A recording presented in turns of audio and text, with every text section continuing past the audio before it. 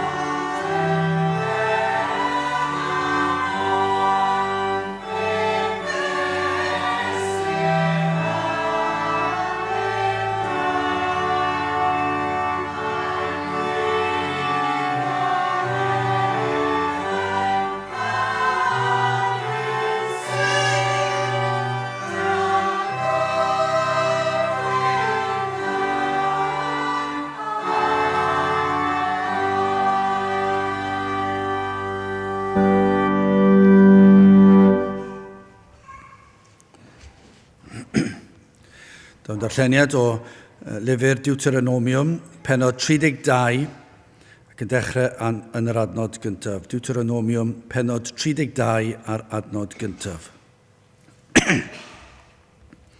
Gwrandewch y nefoedd a llefaraf a chlywed y ddeiar eiriau fy ngenau, fy thrawiaeth a ddyfyna fel glaw, fy madrodd a ddifera fel gwlith law ar urwellt ac fel cawodydd ar laswellt. Canis enw yr arglwydd a gyhoedda fi, rhoddwch fawredd i'n diw ni. Fe yw y graig, perffaith yw ei weithred, canis ei holl ffyrdd ydynt farn, diw gwirionedd a heb anwiredd, cyfiawn ac uniawn yw fe. Y genhedlaeth wyrog a throfais am lygrodd yn ei erbyn trwy ei bai, heb fod yn blant iddo ef. Ai hyn y delwch i'r arglwydd bobl ynfyd ac angall, onid fe yw dy dad ath brynwr, onid fe ath wnaeth ac ath sicrhaodd. Cofia dyddiau gynt, ystyriwch flynyddoedd cynhedlaeth a chynhedlaeth. Gofyn i dad ac fe a fynegau ti, i ddyniriaid a hwy a ddywedant wrthyt. Pan gyfrannodd y gorichaf et i feddiaeth y cenhedloedd, pan neilltiodd fe feibion adda, y gosododd fe derfynau y bobloedd yn ôl rhifedi meibion Israel. Cynnes rhan yr arglwydd i wy bobl, Jacob yw'r rhan ei etifeddiaeth ef. Fe ei cafodd ef mewn tir anial ac mewn diffeithwch gwag erchill, arweiniodd ef o amgylch a pharodd iddo ddeall, a chadwodd ef fel canwyll ei lygaid. Fel y cyfyd eryr ei nith, y cystella dros ei giwion, y lledau esgyll, y cymer hwynt ac ei dŵg ar ei edenydd. Felly yr arglwydd yn unig a'i harweiniodd yntau, ac nid oedd Duw diethyr gydag ef. Gwnaeth iddo farchogaeth ar uchelder y ddear, a bwyta cnwd y maes, a signo mel o'r graig, ac olew o'r graig gallestr. Ymenyn gwartheg a llaeth defaid ynghyd â braster wyn, a hyrddod ar rywogaeth basam, a bychod ynghyd â braster grawn gwenydd, a ffyr waed grawnwyn a yfaist. A'r uniaw wnaeth yn fras, ac a wingodd, braseais, trywychais, pwyntiais, yna fe a wrthododd ddiw, yr hwn a'i gwnaeth, ac a ddiastyrodd graig ei iachawdwriaeth. Bydde bendith Duw ar iair, sancta ddef. Gydewch ni nawr droi at ein harglwydd mewn gweddi. Diolch yn i ti o Dduw unwaith eto am y fraint o gael dod ger dy fron, yn diolch am bob un cyfle, ein bod yn gallu dod trwy enw, trwy heddiannau, dy fab yn gwaredwr yr arglwydd Diystyru Crist. Ac felly o Dduw i ni yn dod o'r newydd, yn canu dy glodydd, yn darllen dy air ac yn galw ar denw, ond o Dduw yn ymwybodol rhaid i ti fod yn y cyfan. Ac yn gweddio wrth iddo air cael ei gyhoeddi, a bydde di yn gweld yn iawn i ddod un plith, i ddod lawr yn ystod yr oedfa, y bydd yna foment, y fydd yna eiliadau, fydd yna gyfnod hir, hyd yn oed o Dduw, i ni'n gweddio am gyfnod hir faith, y bydd yna gyfnod fydd yn para dyddiau, wythnosau, misoedd o Dduw, lle rwy ti wedi dod lawr un plith, ac y byddwn ni'n gallu tystio dy fod yma. Ac y bydd rhai sydd yn gyrru heibio ac yn cerdded heibio ddrysau'r capel, y bydden nhw yn ymwybodol iawn dy fod yma yn ein plith. O Dduw, i ni yn gweddio, y bydde di'n gwneud pethau fel hyn unwaith eto, y bydde di'n dod lawr yn sydyn, un hoed faw ni. Gad i ni fedru brofi yr awel honno o'r nef, gad i ni fedru tystio, i ni gyfarfod ath ydi, i ni yn gofyn o Dduw i ti rhoi disgwyliadau mawr i ni. Maddau mor aml i ni'n dod i ti, heb y disgwyliadau. Ac o Dduw yn bodlon ein byd, wrth i ni adael hyd yn oed. Maddau ni o Dduw, os nad ydyn ni wedi dod yn agosach at y ti, ein bod ni'n fodlon. Helpa ni ddeheu, i bledio a thi, i ddod lawr ein plith. I ti ddod yn deffro ni o'n trwmgwsg, ac i beri ni geisio dy wyneb. O Dduw, i ni yn gweddio am yr rhai sydd erioed wedi bod wrth droed y groes, yn gweddio bydd na rai hyd yn oed heddi, yn dod i weld i hangen, dod i weld i pechod, ond hefyd yn dod i weld mawredd yr arglwydd Diystyru Crist ar y groes. Felly o Dduw, i ni yn gofyn i ti, i drigarhau o'r newydd, i ni gad i ni yn y dyddiau blin yma, yn y dyddiau tywyll yma, i weld y ffordd yr wyt ti yn gweithio. O Dduw, i ni yn ymwybodol, yn sicr yn ymwybodol bellach. Nad oes yna obeth, ond i bai fod yna ymweliad o ddifri. O Dduw, dros y blynyddoedd efallai bod y blant wedi ymgeisio gwneud pethau, a meddwl am dilliau i ddod â phobl i fewn. Ond o Dduw, i ni'n gwybod, mae dim ond ti sydd yn gallu gwneud hyn. Helpa ni i wneud ein rhan. Helpa ni fod yn fodlon i weithio gyda'n holl nerth. Ond o Dduw, dim ond ti sydd yn gallu ychwanegu'r fendydd. Dim ond ti sydd yn gallu peri enau dod o dywyllwch i oleini.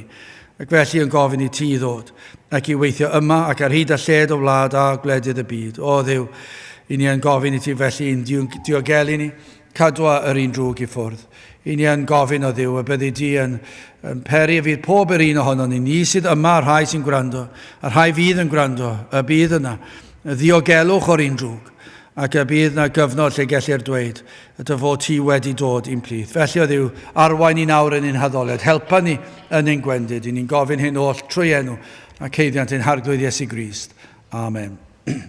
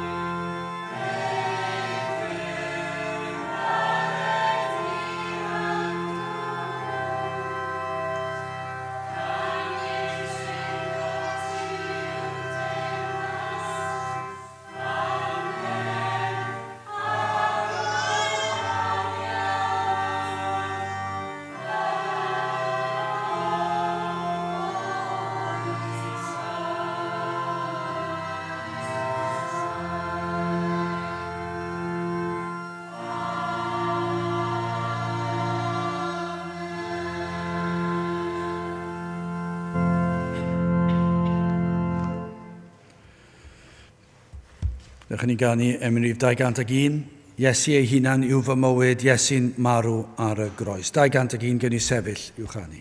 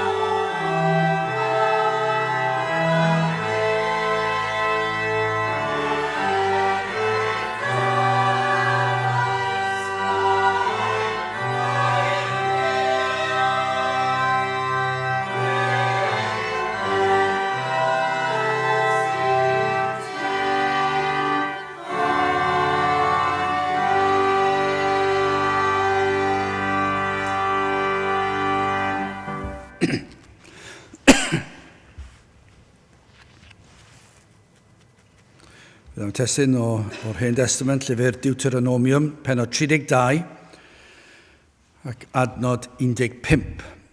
A'r uniawn a aeth yn fras, ac a wingodd, braseais, tewychais, pwyntiais, yna efe a wrthododd ddiw, rhwn a'i gwnaeth, ac a ddiastyrodd graig ei iachawdwriaeth. Yn yr benod hon, i ni'n darllen y gan a roddwyd i Moses i ynganu, can o fawl i ddiw, i'r arglwydd Diystyru Crist. Mae'n atgoffa ni o'r emyn ni'n canu'n aml, diolch i ti yr holl alluog ddiw am yr efengil sanctaidd. Mae'r efengil i'w chael yn yr Hen Testament ond diwedd drwy ddi draw. Ddim mor glir ag yw yn y Testament Newydd yn sicr, ond mae yna. Mae gyd yn pwyntio. Ond wrth gwrs, unwaith y dath yr arglwydd Iesu Grist, mae'n dod yn ei lawnder. Ond, i ni'n gweld yn hyn yr gan yma o ddiolch am yr efengil, o ddiolch am yr iachawdwriaeth, am y graig yr arglwydd Iesu Grist.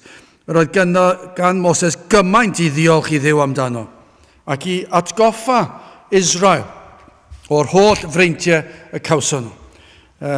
Wrth gwrs, fel gwas yr arglwydd, falle'n edrych ar bobl Dduw, ac yr oedd e'n gweld y gwrthgiliad. Oedd e'n gwybod oedd y gwrthgiliad yn dod, ond yr oedd yr arwyddion yno. Yr oedd e'n gallu gweld y camau cyntaf yna, y bod yr safonau'n gostwng, yr disgwyliadau yn llai, ac yn gwybod bod, i ddweud y gwir, bod y gwrthgiliad wedi hen ddechrau, ond bod yr un mawr i ddod. Ac felly mae yna rybydd yma'n does. Mae'n atgoffa nhw, beth i chi wneud? Gyda'r holl freintiau chi wedi gael. Bedwaredd adnod, mae'n atgoffa nhw yn y gan yma o fawl. O'r hyn oedd yn wir am ei ddiw ac am iachawdwriaeth. Adnod 4, fe yw y graig, perffaith yw ei weithred. Canis ei holl ffyrdd ydynt farn diw gwirionedd a heb anwiredd, cyfiawn ac uniawn yw e fe. Mae fel betai'n atgoffa nhw, beth yn y byd i chi wneud yn troi cefn at ddiwiau eraill, at bethau eraill, at fydolrwydd? Pam i chi'n gwneud hyn pan fod popeth yma'r arglwydd wedi rhoi i chi yn iawn, yn gywir, yn lan, yn bir? Ond ydy'r deg orchymyn, does dim byd gwell na'r deg orchymyn. Yn aml ni'n cael ein galw'n dydyn ni o fod yn hearnaidd ac yn ddeddfol ac yn llym ac yn y blaen. Mae'r peth mwyaf hirt dwi erioed wedi glywed. Does dim byd hearnaidd am y deg orchymyn nag oes. Mae'r disgwyliadau mae'r arglwydd, petai pawb yn cadw at y deg orchymyn, wrth gwrs, ni ddim yn gallu ni'n bechaduriaid.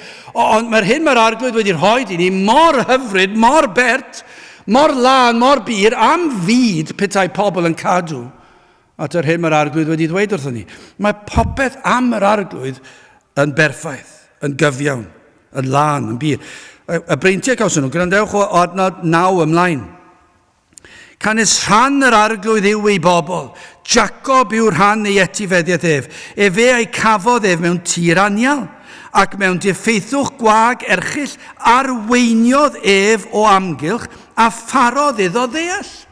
Mae di arwen ei bobl, mae hwnna'n anhygol, yn yr anialwch, mae di harwen nhw, mae di perydd nhw ddeall, parodd iddo ddeall, a chadwodd ef fel canwyll ei lygad. Ond ydy hwnna'n hyfryd. Mae'r arglwydd wedi addo cadw ni fel canwyll ei lygad. Dyna i ofal drosto ni. Mae wedi addo, ond yn y Testament Newydd i ni'n deall fod pob peth yn cydweithio lles, daioni i'w blantef. Mae wedi addo bendithio, mae wedi addo bod yn agos. Ni yw canwyll ei lygad. Fel y cyfyd eryr ei nith, y castella, dros ei giwio yn y lledau esgyll, y cymerhwynt ac ei dŵg ar ei adenydd. Mae'n gofalu am ei blant. Dyna beth mae Moses yn dweud.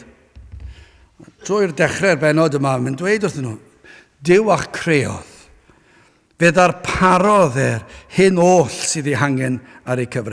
Rhoddodd iddynt ei gyfraith. Mae wedi dweud wrthyn nhw, beth yw'r ffordd gorau i fyw.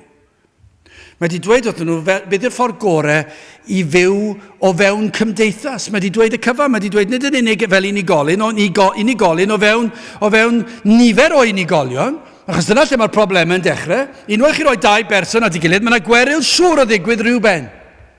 Rowch chi 3 neu 4 neu 5, ac yna ni'n gweld balchder dyn. Ac felly mae'r arglwydd wedi rhoi i ni, mae wedi dweud wrthyn ni sut mae am i ni fyw a sut fedrwn ni fyw. Mae wedi rhoi y cyfan, mae wedi rhoi proffwydi i egluro i ni sut i fyw. Mae Moses fel beth yn dweud wrthyn nhw, mae Duw wedi gofalu, mae wedi darparu, mae wedi rhoi ei gyfraith i ni, mae wedi rhoi ei air i ni, mae wedi rhoi ei proffwydi i egluro i air i ni. Mae wedi'n harwain ni, mae wedi'n amddiffyn ni, ac yna mae'n gallu edrych ymlaen, mae wedi addo ei fab i ni, y Meseia, mae wedi rhoi y graig i ni. Mae hwn yn neud y troi cefn lot yn waith yn diwedd. Ond nid yw yn neud lot yn waith. Ni'n siarad gyda rhywun bore yma yn cofio'r blynyddoedd yn ôl dan gweinidogaeth yn had ac yn dweud pan oedd rhaid sefyll am i'r oedfa fod ymhell mewn i'r oedfa, cyn bod modd cael sedd i eistedd.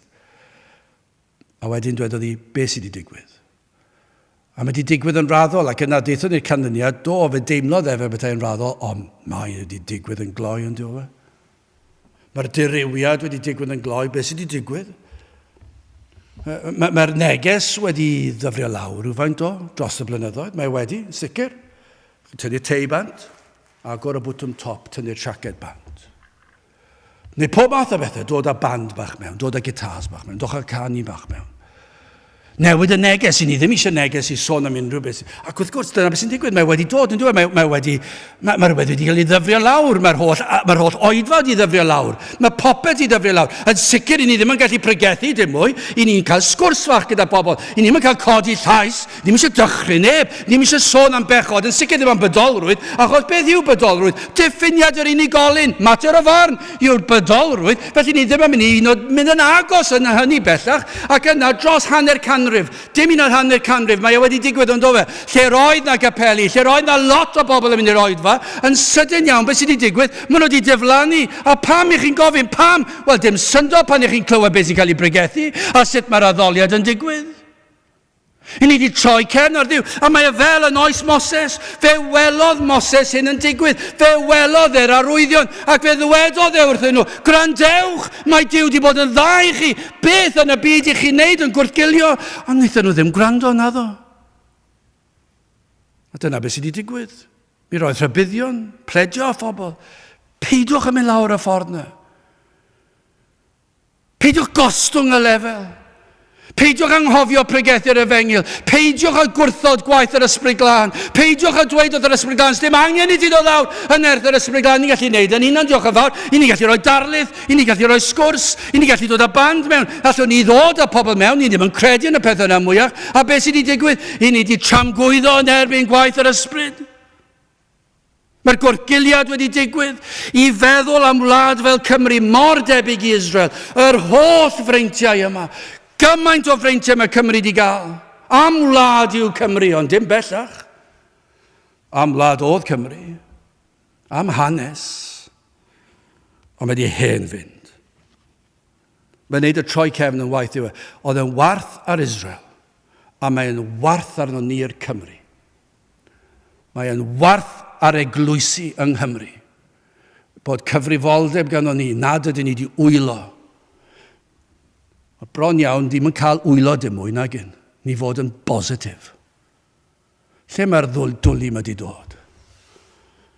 Mae'r arglwydd yn aros, allwch chi ddweud, efallai wrth gwrs mae'n sofran, ond falle bod yn aros i weld ei blant yn wylo unwaith to, ac yn galw yn, Dduw trig ar hawrth yn ni, i ni wedi gwrthgilio, ni wedi adael di lawr, a dyma beth sydd wedi digwydd, mae'r efengil di mynd, a dyma beth sydd wedi digwydd yn Israel. Doedden nhw ddim yn deall yr efengil. Roedd y Phariseiaid a'r ysgrifenyddion wedi dod, ddim yn deall yr efengil, doedden nhw ddim yn Gristnogion, eithon nhw ddim i'r nefoedd. Pam? Fe groeshoelio nhw'r Iesu. Roedden nhw'n grefyddol, mae'n mor debyg i Gymru, ond diw e? Mae'n mor debyg i Gymru. Ond be mae'r crefydd yna wedi wneud yw gwacau'r capeli. A mae'n anodd i cael Cristnogion i ddod i'r oedfa, heb sôn am y byd. Dyna le ni wedi cyrraedd. Wel, yn gyntaf, hoffwn ni edrych ar yr uniawn y mae'r adnod yma'n sôn amdano. Wel, falle nid yr uniawn yw e, ond beth ddylen nhw fod wedi bod. Yn ail y troi cefn ac yn olaf y graig. Gwrandewch ar yr uniawn, adnod 15. A'r uniawn a aeth yn fras ac a wingodd, braseiais, tewychais, pwyntiais ac yna e fe a wrthododd Dduw, yr hwn a'i gwnaeth, ac a ddiastyrodd graig ei achawdwriaeth. Mae'n ofnadw, ynddo fe? Daw'r gair uniawn yna ar ddechrau'r 15 adnod. O air a ddefnyddir yn ôl pob sôn tair gwaith yn yr ysgrythyr, ond gafodd ei ddefnyddio i bwysleisio rhai cyfiawn, unionsyth, rhai cywir, yr hyn oll a ddylse pobl Dduw fod wedi bod, ond doedden nhw ddim. Fe ddylen nhw fod wedi bod y bobl uniawn, ond doedden nhw ddim. Ond nhw'n dod mor fyr o'r teitl, mae'r enw yma wedi cael ei ddefnyddio yn yr ysgrythyr, ond be mae Moses yn dweud, dyma beth ddylech chi wedi bod. Ond doedd yn wir mwyach. Fe roedd cyfeirio yma at ei gwrthgiliad mawr oedd i ddod. Ond hefyd hyn oedd yn wir, yr oedd y troi cefn wedi dechrau. Cofio clywed rhywun yn dweud wrthai, wneith y capel yma, dim yr un yma, ond sôn am gapel arbennig, wneith y capel yma byth newid tra fy mod i yno. Am falchder. A newid a ddigwyddodd. Mae'n anhygol yn dweud, mae'n nhw falchder ymhlith pobl ddiw a beth sydd yn digwydd, a dyn nhw wedi deall yr efengil, dwi ddim yn gwybod, allai ddim dweud naill ffordd neu llall, ond be fi yn gwybod yw beth sydd yn digwydd, yw mae'r gynhedlaeth nesaf, dyw'r efengil ddim yn cael ei chyhoeddi'n bir iddyn nhw, ac a dyn nhw wedi deall yr efengil o'r ychydig sydd yn gwrando, ac yna chi'n gweld, mae nhw embellhau yn digwydd, a dyma be ni wedi gweld trwy gydol yr ysgrythyr, y gwrthgiliad yma, troi cefn ar ddiw. Roedd y weledigaeth wedi cholli. O feddwl am yr holl fendithion y profant drwy ei hanes, ac eto i gyd heb fanteisio ar y brendithion hynny, i gael gair Duw o'r cychwyn pobl Israel. Mae'n anhygol. Gyna iddyn nhw gael y proffwydi. Am ddynion da oedd y proffwydi. Ac yr oedd Israel wedi cael gweision yr arglwydd. Bydde wedi bod yn bobl oedd nhw'n gallu siarad ag e. Ac bydde nhw wedi egluro gofynion yr arglwydd a'i helpu nhw i bresenoldeb yr arglwydd. Rhoddodd Duw proffwydi i'w bobl i gyhoeddi ei ddisgwyliadau, i gyfeirio hwy at yr holl aberthu, i aberthu yr anifeiliaid, ond wrth gwrs oedd hwnna'n pwynt at Grist. Am brofiad bydde gweld a bod yno pan oedd yr aberthu'r anifeiliaid a'r gwaed yn tywall, a gymaint o'n nhw'n gallu deall yn y pryd hynny bod yn edrych ymlaen at Grist. Ond un peth o'n i'n gwybod oedd hyn, mi fydde presenoldeb Duw wedi bod yno. A fain bynnag o ddealltwriaeth, bydde peth wedi bod yna, wrth gwrs mae ni'n gwybod lot fwy na beth oedden nhw'n gwybod, ac felly mae'r disgwyliadau arno ni gymaint yn fwy nag sydd yn yr Hen Testament, ond yn yr Hen Testament yr oedd presenoldeb Duw dal gyda nhw, ac roedd yr efengil dal gyda nhw, a fe rhoddodd Duw i bobl Israel y proffwydi, ei air, ei gyfraith, yr aberthu, popeth yn pwyntio at Grist. Lle gellir cael heddwch enaid, sicrwydd cadwedigaeth. Oedd pobl yn yr Hen Testament yn cael profi sicrwydd cadwedigaeth. Yr oedd arweinwyr y proffwydi yn profi yr eneiniad o ddifri, y sicrwydd hynny, lle roedd Duw yn dweud wrthyn nhw ei fod yn dad iddyn nhw a nhw yn blant iddo fe. Am freintiau. Yn cael mwynhau presenoldeb Duw yn ei cysuro neu hamddiffyn o amryw gelynion yn darparu ei hangen corfforol. Dyna beth o Duw yn ei. Fe na Duw rhoed manna o'r nef a fe roddodd y ddŵr iddynt yfed am fod oedd gwmwl o dan iddynt i ddangos y ffordd drwy'r anialwch yn y nos. Doedd dim esgus cawsan bob cymorth i fyw i ogoneddu ei Duw. Fe ddylsen nhw fod yn uniawn fel mae'r adnod yn dweud. Ond oedd Moses wedi gweld i gwrthgilio. O'r oedd e wedi dechrau. Y safonau'n dechrau mynd. Os ydym eisiau poeni yma, dyna be fydd y pobl modern o'r oes hon. O, ma chi off to, chi mor llym, chi mor ddiflas, chi'n heiarnaidd. Chi ddim eisiau bod fel yna, ddim eisiau bod mor, ac yn hwnna'n ddeddfol. I chi dim ond cadw a llythyrau yn y ddeddf, mae eisiau cadw'r ysbryd y peth. A dyna math o siarad sydd heddiw. Dyna'r math o siarad sydd wedi peri fod neb yn dod i'r oed fel gwbl. Does neb eisiau clywed. A dyna pan fod cymdeithas fel ag yma e.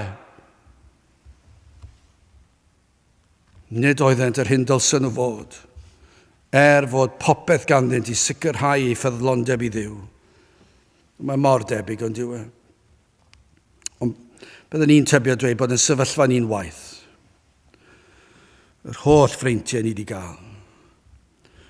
Heb sôn am fendithion, ni'n gweld freintiau cael yr Hen Testament, ni'n cael bendithion y Testament Newydd. Mae'r rhai sy'n byw yn oes y Testament Newydd yn cael gymaint mwy o freintiau achos mae wedi cael ei rhoed yn ei lawnder i'r pobl Testament Newydd. Mae'n glir yn dweud. A gewch i'r eglwys fore, breintiau wedyn yr eglwys fore, ac i chi gweld Pentecost ac yn symud ymlaen, ac yna ni'n clywed am y diwygiadau sydd wedi bod, am yr gweision yr arglwydd sydd wedi cael nerth i bregethu'r gair, ni wedi cael Beiblau, ni'n iaith yn hunan emynau. Yr holl freintiau mae Cymru wedi cael. A mae'r weledigaeth wedi hen fynd, yn dweud. Bron gellir dweud bod e wedi diflannu o'r wlad hon o leia. Mae mor druenus. Hyd yn oed ymhlith y sawl sydd yn honni ei bod yn credu, a'i ddilyn. Nid yw i'w weld fel y ceir yng ngair Duw bellach. I ni mor bell. I ni gyd yn goffo cyffesu hyn. Mae mor druenus yn dweud. A'r uniawn a aeth yn fras. Yr uniawn, yr rhai sy'n fod yn uniawn. Yr rhai sy'n fod yn gyfiawn. Yr rhai sy'n fod i fod yn blant yr arglwydd. Holl fendithion. A'r uniawn a aeth yn fras. Amen, mae waith, ac a wingodd, braseiais, trewychais, pwyntais, a na efe a wrthododd ddiw, yr hwn a'i gwnaeth, ac a ddiastyrodd graig i achawdora. Dyma beth sy'n digwydd. Mae e'n digwydd o'n blaenau ni. Wel, gadewch i ni symud ymlaen, beth am y troi cefn yma. Y darlun a ddefnyddir yn yr adnod hon, yw un o anifail a ddefnyddir i weithio'r tir, neu rhyw fath o anifail felly. Lle chi fod yn defnyddio ychen, neu allech fod yn ceffylau siwr o fod mewn rhai mannau, ond beth bynnag yw rhyw anifail gwyllt sydd yn gallu gweithio'n galed, sy'n gryf i droi'r tir. Ond y darlun fan hyn yw bod yr anifail yn un sydd wedi orfwytho. Falle, dwi'n yn gwybod, falle fel fath o anifail anwes efallai.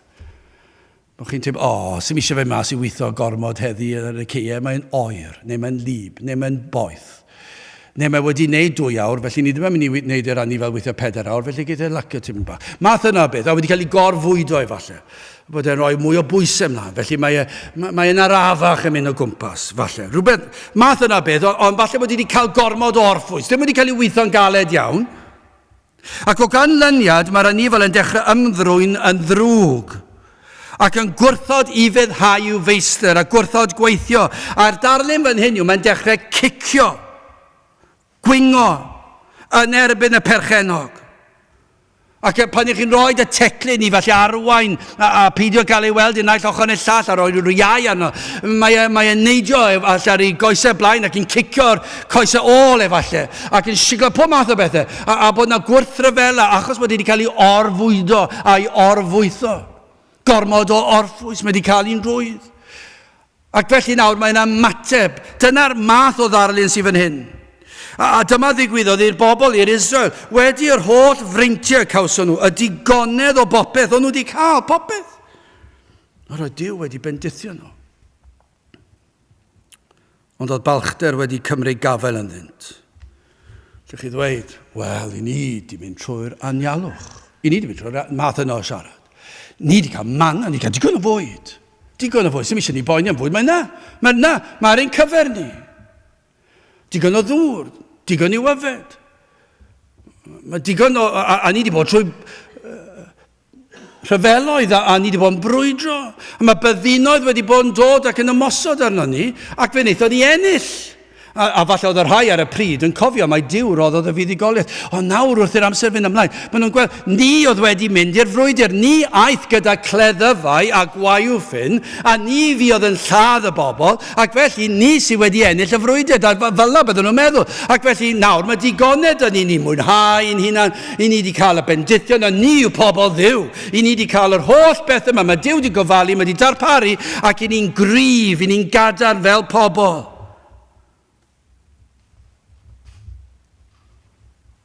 Anghofio mae Duw darparodd y cyfan iddyn nhw. Ond nhw mor gadarn.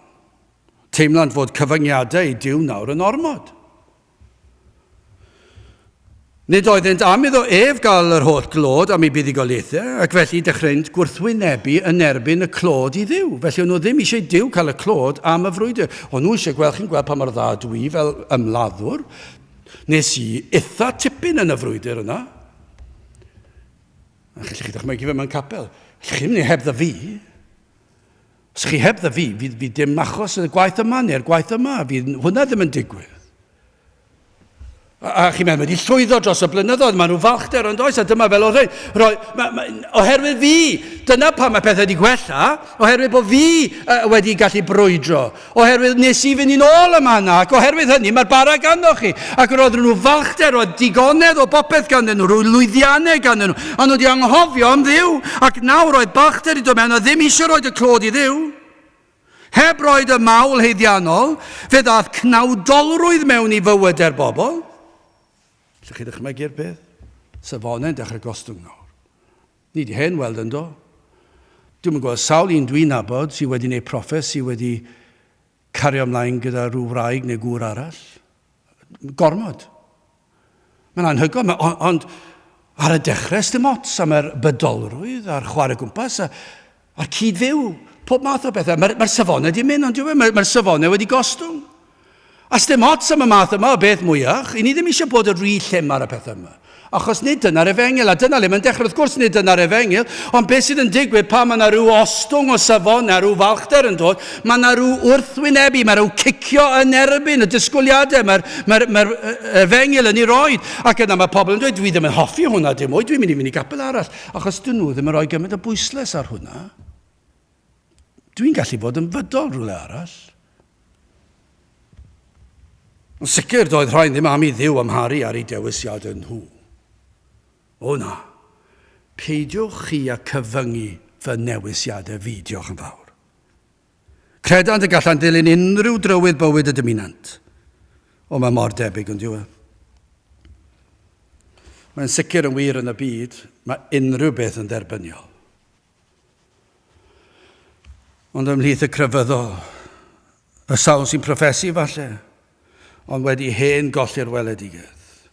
Mae yna falchder, mae yna fydolrwydd, a mae yna ddiffyg ofni Duw. Yr oedd pobl Dduw yma'n dangos arwyddion o heir llugrwydd. Yr oedd Israel yn dangos heir llugrwydd tuag at Dduw. Yr oedd yn fel yr ich yn gwrthryfela pan roddir yr iau amdano ac yn cicio, yn tynnu y gwthio'r siglo pen. Ond dyna sydd, sut mae'r rhai yn ymateb bod dan sain yr efengil, ni'n gweld ambell aeth, mae'n weladwy. Dwi wedi gweld gormod o weithiau, y siglo pen yn ystod yr oedfa. Dwi wedi gweld fel hyn, y siglo nôl ymlaen. Na, mae hwnna'n anerbyniol. Dim yn hoffi na. Ddim yn fod yn dod lan I ddweud i'r wyneb, ond yn siglo pen wrth i'r bregeth cael ei ffregethu. Na, dwi ddim eisiau cyfyngiadau fel ar fy mywyd I. Paid I a dweud na, achos dwi eisiau fy mhlant I cael pob math o brofiadau'r byd, felly yn siglo pen yn erbyn yr efengil. Dweud, o na fe godes di dy lais ti'n bach yr uchel. Dyma sut yma I wedi wastad wedi bod. Y cicio. Y gwthio, y gwingo. Dyna beth sydd I weld, dyna beth welodd Moses oedd yn gweld yn digwydd. Doedden nhw ddim am I Dduw I ddod a rhoi unrhyw fwy o gyfyngiadau. Credant ei bod yn rhydd I wneud yr hyn oll a fynant.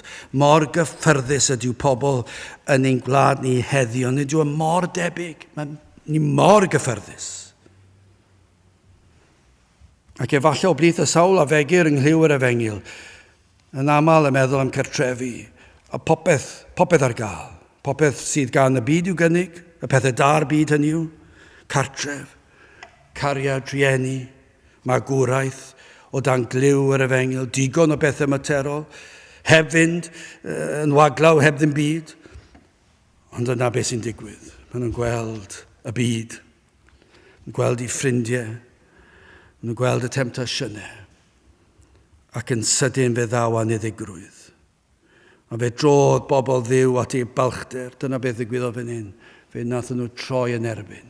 A dyna sydd wastad yn digwydd. Mae pechod mor gryf. Mae gafael pechod mor dyn, mor gadar yn diwedd. A mae pechod yn cael gafael. Os dim ots faint I chi'n amddiffyn eich plant neu'r ifanc, mae pechod dal yn mynd I fod yna. Fydd e'n falchder wahanol efallai os nad ydyn nhw'n gweld y byd. So chi'n byw mewn nachdi. Fe ddaw balchder a pob math o drachwant yn y galon. Dwi'n mynd I dim gwahaniaeth bod chi ddim yn yr ysgolion neu'r prifysgolion a ddim gyda teledu. Chi'n mynd I ddod ar ei traws. Mae rhyw fath o feddylfryd yn yr oes hon yn meddwl, os y'n un amddiffyn yn llwyr o beidio mynd I unrhyw le, mynd I fyw ar ben mynydd, mae fel bethau newn nhw ddim cael eu temtio I bethau'r byd. A dyn nhw ddim wedi deall ar y fengil, a mae pechod oedd I fewn iddyn nhw. Wrth gwrs, mae dylanwadau o cwmpas ac yn eisiau amddiffyn gymaint ni'n gallu, ond mae yn anhygol, mae'r diffyg dealltwriaeth o'r efengil yn rhemp. Y mae balchder i'w gael ym mhob man, y mae trachwant, y mae hunanoldeb, y mae'r pethau yna I gael ym mhob man. Dyna sy'n wastad wedi bod. A dyma beth sy'n digwydd pan mae'r weledigaeth yn mynd, y mae troi at rhywbeth arall. Ond beth ddigwyddodd fyny, fe wnaeth bobl Dduw troi yn ei balchder at dduwiau newydd. Wnaethon nhw greu duwiau newydd. Oedd digon o dduwiau i gael, mas o bren ac o gop yn air, neu be bynnag oedd y metalau oedd i gael ar y pryd. A'r hael, a'r ser, a'r lleiad, a pob math o bethau. Darn y goed, a'r goeden ei hun efallai, a'r brigau, ac yna greu am enni rwddelw. Oedden nhw'n addoli pob math o bethau, ddim yn gallu ateb i gweddi nhw, ond dyna beth oedd yn digwydd. Ac yna, ar ôl rhyw bwynt, fe wnaethon nhw benderfynu, beth am mynd i greu duwiau newydd? Fe wnaethon nhw greu duwiau newydd. Pobl oedd gyda'r gwir Dduw, gyda'r Hawlfraintiau. Nath arwain nhw, nath bendithio nhw, nath bwydo nhw, nath roed ei air, nath roed ei gyfraith, nath roed y proffwydi. A be wnaethon nhw? Fe nath y weledigaeth bylu. A fe nath yr efengil newid. A fe greu nhw dduwiau newydd. Eilyn addoliaeth. Mae'n ganlyniad o'n ddiwau. Dyma beth sy'n digwydd pan ni'n troi cefn ar Dduw. A sdim byd wedi newid. Yr hyn i ni'n darllen yma, yr hyn i ni'n gweld heddi, mor wahanol fe ddylse hyn oll fod yng ngoleuni holl addewidion a breintiau Duw, fe ddylse ni fod yn ifydd iddo. Fe ddylse ni fyw iddo. Ond yn lle beth i ni'n gweld yw troi cefn, codi dwrn. Ac mae'n ambell sefyllfa yn gwneud hyn yn enw'r arglwydd. Mae hwnna hyn o'n fwy trienus. Yn addoli Duw mewn ffordd paganaidd, cnawdol. Lle dylser fod yn llawn sel a ffyddlondeb i Dduw ac i Grist, ar hyn a welir yw ffyddlondeb o'r mwyaf i bethau eraill, i bethau'r byd. Fe welir sel ac aberth, mae'na wir, mewn oes lle nad oes llawer o arian gan rai, ni'n gweld ond ni'n gweld hyd yn oed yn y byd. A gemau tîmau pêl-droed. Dwi'n gwybod sawl un dwi'n nabod sydd yn teithio i weld gemau i ffwrdd o adre. Dwi ddim yn gwybod sut maen nhw'n ffwrdd o fe. Dyna yw i Duw nhw. Mae'n mynd i weld Caerdydd yn chwarae bob wythnos. Dwi'n eisiau meddwl faint byddai'r cost i'r tocyn beth chi'n mynd bob gêm gartre. Ond darllenes i ryw bryd am faint yw cost gêm ar ryw lefel eitha da proffesiynol. Oedd e'n gannoedd y dydd, achos oedd rhaid teithio, oedd rhaid prynu'r tocyn, oedd rhaid prynu bwyd, oedd pobl yn yfed diod, a falle ambell waith llety. Ac oedd nhw'n adio fel lan, ac ar hynna, falle i gêm gatref, sôn am mynd i ffwrdd o adre, a wedyn y teithio i ffwrdd o adre, mae hwnna'n fwy costus ambell waith i bendra'r wlad, i rhai ambell waith i gwledydd eraill. Ac mae nhw'n na. Chi'n gweld nhw. Chi'n gweld rhai nhw yn y glaw, yn yr eira. A chi'n gweld nhw yn chwythu trwy manwyd trwm arnyn nhw. So nhw'n mynd i colli'r gêm. So nhw'n mynd i colli'r gêm, achos a chi'n gallu gweld nhw ddim hanner dan, falle bod tymheredd arnyn nhw. Ond so nhw'n mynd i colli'r gêm.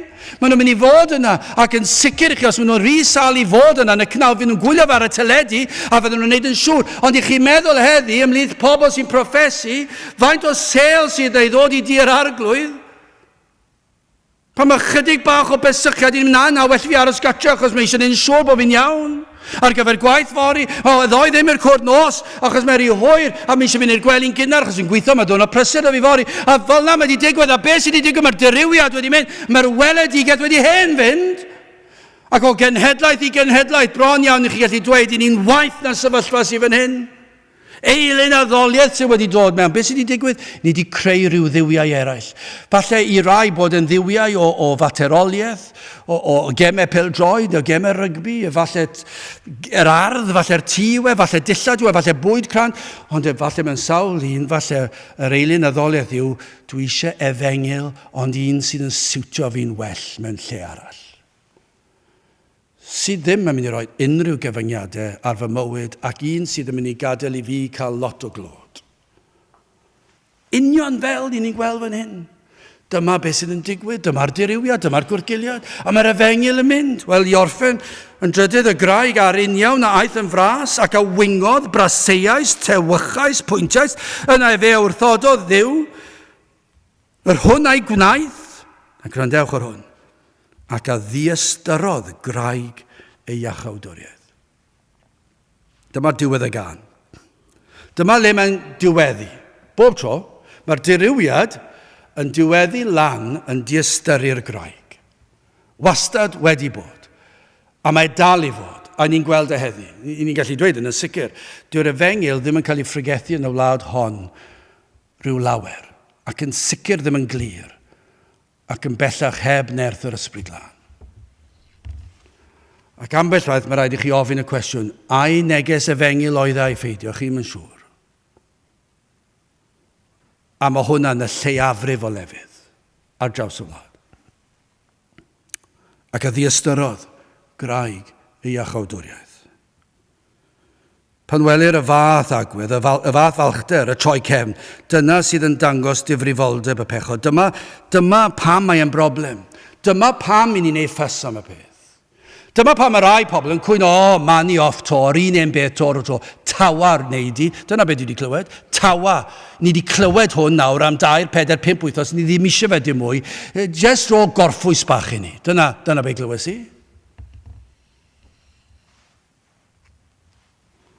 Ond yr rheswm I ni'n gwrthod fod yn dawel. Achos dyma'r diwedd. Dyma le mae'n diweddu lan ac a ddiastyrodd graig I iachawdwriaeth.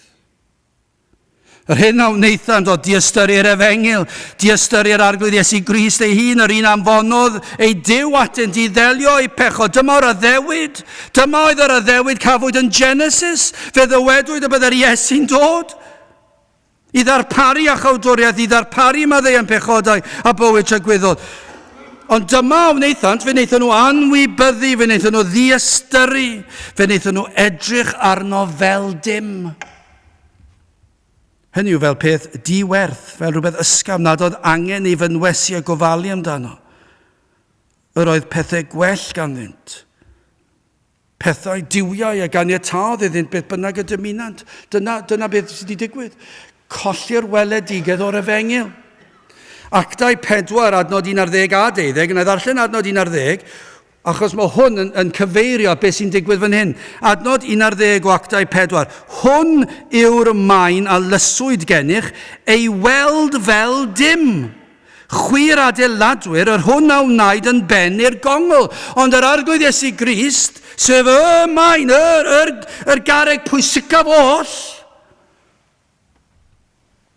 ei weld fel dim. Chi'n I ddiastyru fe. Ac yna mae'r 12fed adnod yn dilyn ac nid oes iachawdwriaeth y neb arall. Canis nid oes enw arall dan y nef wedi ei roddi ymhlith dynion trwy'r hwn y mae'n rhaid I ni fod yn gydwedig. Na pa mae mor bwysig, does dim enw arall dan y nef wedi roed I ni lle gellir cael iachawdwriaeth. Does dim crefydd arall, does dim Duw arall, does dim byd arall, ond yr arglwydd Iesu Grist, fe yw'r un. Does dim enw arall. Does dim gobaith arall, fe yw'r un. A be wnaethon nhw? Fe wnaethon nhw droi cefn. Ei ystyried fel dim. Ei ystyried yr arglwydd Iesu Grist fel dim byd. Dyna'r pechod a wnaethon nhw. Neu hyd yn oed, beth ni'n gweld bellach yw newid Crist yr ysgrythyr I Grist sydd yn siwtio ni'n well. Hynny yw, mae Duw yn deall. Mae Iesu Grist yn deall beth yw fel I ni fyw mewn oes fel hon, ac I ni yn mynd I wneud beth I ni'n dymuno, does dim gwahaniaeth. Rhaid pan yn dod at Grist, ddod at Grist y gair a geir, y graig felly a geir yng ngair Duw, I ddod at yr holl alluog, yr un cadarn, yr un asododd ei gyfraith, yr un anfonodd ei fab I gadw'r gyfraith yn ein lle. Dyna beth mae Moses yn cyfeirio ato, dyna beth mae'r Hen Testament yn cyfeirio ato, yw dewch at yr un cadarn yma, peidiwch a'i ddiastyru fe, peidiwch a'i anwybyddu fe, dewch at Grist. Yr un a drefnodd y byddai fab yn talu'r pris ar y groes, fe ddwedodd e, mae un yn mynd I ddod ac fe fydd yn talu'r pris. Pam I chi'n diastyru hwn? Mae yn mynd I fodloni holl o fyniantad. Pam I chi'n diastyru hwn? Yr un y byddai yn profi ei nerth ei ddiwdod wrth atgyfodi'r trydydd dydd. Yr un sy'n addo achub y sawl a ddaw ato ac yn addo peidio gwrthod neb a ddaw ato. Dyna'r addewid. Dyna beth oedd Moses yn edrych ymlaen. Gymaint oedd e'n gallu deall. Edrych ymlaen ato. Felly gai orffen, gai ofyn I chi ble I chi arni. A ydych chi'n meddwl mai peth bach yw yr Efengyl? Wel, wrth gwrs, mae'r mwyafrif llethol yn meddwl mai peth bach yw yr Efengyl. Achos does bron neb eisiau dod. Does neb eisiau dod. Mae'n amlwg felly'n beth bach. I fod yn dderbyniol dod o dro i dro. Dyw e ddim yn dderbyniol nag yw. Dyw e ddim yn dderbyniol. Os i Dduw i anfon ei fab Iesu Grist ac i ddioddef uffern yn ein lle, ddioddef boen y groes, ac i faddef ein pechodau ni am holl dragwyddoldeb, fe ddyle fe fod yn bopeth i ni, fe ddyle ni fod mor ofalus am bopeth amdano, y ffordd i ni'n cyhoeddi air, y ffordd i ni'n canu am ei efengyl, y ffordd i ni'n dod yr oedfa, pan i ni yn yr oedfa, yn ystod yr oedfa, y ffordd i ni'n gytra, y ffordd i ni'n byw yn y tŷ, y ffordd dwi'n byw yn y gwaith, y ffordd dwi'n byw yn y car, y ffordd dwi'n byw yn y stryd, y ffordd dwi'n gwneud popeth, fe ddyle Crist fod yn bob beth i mi. Dyma beth yw'r baich, dyma beth oedd baich yr Hen Testament, y proffwydi, yr apostolion, ac yna drwy gydol hanes yr eglwys. Ond mae yna rhywbeth wedi hen ddigwydd yn ein gwlad ni. Mae wedi mynd, ond dwi'n Mae wedi hen fynd. Does dim ots, dim mwy. Gai ofyn i chi, ydych chi'n diystyru'r groes a'i arwydd y cadau ar fy mywyd i ac ar eich bywyd chi? Ydych chi'n diystyru Iesu Grist? Gai ofyn i chi, os nad ydych chi hyd yma wedi gweld eich pechod, eich heiddiant, eich diwedd, galwch arno. Plediwch ar arglwydd i agor llygaid eich enaid i weld eich angen. Ac yna i weld Crist. Gofynnwch iddo fe, ddangos i mi fy mhechod, ond dangosau i mi yr graig, yr arglwydd Iesu Grist, yr un cadarn, yr un sy'n darparu achubiaeth, yr unig un sydd yn gallu darparu maddeu'n pechodau.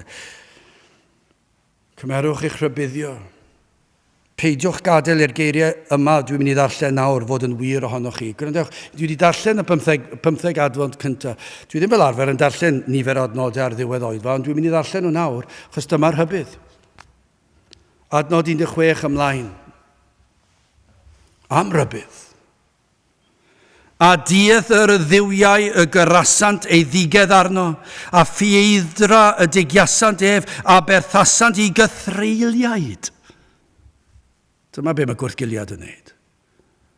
Dyma beth sy'n digwydd pan mae'r weledigaeth yn colli. Ni di mynd heibio hwn yng Nghymru. Mae'r gwrthgiliad i digwydd degawdau yn ôl. Canrif yn ôl bron iawn. Ac i ni ymhell. Ni ymhell o ble ddylsyn ni fod. Mae'n ofnadw yn diwe. A berthasant i gythreiliaid, nid i ddiw, i ddiwiau nid adweinant, i rai newydd diweddar, yr rhai nid ofnodd eich tadau. Y graig ath genhedlodd o anghofiais ti, a'r diw ath luniodd a llyngais ti dros gof. Yna y gwelodd yr arglwydd, ac a'i ffieidiodd hwynt oherwydd ei ddigio gan ei feibion a'i ferched. Ac efe a ddywedodd, cuddiaf y wyneb o ddiwrthynt, edrycha beth fydd ei diwedd hwynt, canis cenhedlaeth dro faes ydynt hwy, meibion heb ffyddlondeb ynddynt. Hwy a yrasant ei ddigedd arnaf, a'r peth nid oedd ddiw. Digiasant fi a'i hoferedd. Minnau a yraf ei ddigedd arnynt hwythau, a'r rhai nid ydynt bobl, a chenedl ynfyd y digiaf hwynt, canis tân a gyneuwyd yn fynig, ac a lusg hyd uffern isod, ac a ddifa y tir a gynyrch, ac a wna i sylfaenir mynyddoedd ffaglu. Casglaf ddrygau arnynt, treulio fy seithau arnynt, llosgedig fyddant gan newyn, ac wedi ei bwyta gan wres poeth a chwerw ddinistyr anfonaf hefyd arnynt ddanedd, bwysfilod ynghyd a gwenwyn seirff y llwch. Y cleddif oddi allan a dychryn oddi fewn, a ddifetha y gŵr ieuanc a wyri hefyd, y plentyn signo ynghyd â'r gŵr briglwyd. Dywedais. Gwrandewch ar hwn, gwasgaraf hwynt, i gonglau paraf i'w coffodwraeth arfod o fisg dynion. Oni bai i mi ofni dig y gelyn rhag i'w gwrthwynebwyr ymddwyn yn ddiethyr, a rhag dywedyd ohonynt ein llaw uchel ni ac nid yr arglwydd a wnaeth hyn oll. Canis, cenedl heb gyngor ydynt hwy. Mae mor debyg i Gymru yn dweud. Canis, cenedl heb gyngor ydynt hwy, ac heb ddeall ynddynt. Ac yna adnod 29. O na baint ddoethion, na ddeallant hyn, nad ystyriant ei diwedd. Am rybydd, am faich, am bledio, am weld y gwrthgiliad, am weld y weledigaeth yn pylu, am weld y troi yn digwydd yn raddol, ac yna mae wedi digwydd. Ac mae'r efengil wedi mynd, maen nhw wedi diastyru'r efengil, maen nhw wedi diastyru Crist, ac dyw'r disgwyliadau ddim ar eu bywydau, maen nhw'n cael gwneud fel am yna nhw. Mae e bron iawn yn ddarlun o Gymru. Awnewch chi ddiastyru'r efengil. Awnewch chi ddiastyru Crist. Peidiwch â mynd at efengil haws, achos mae yna beryg yn does, mae nid efengil yw e.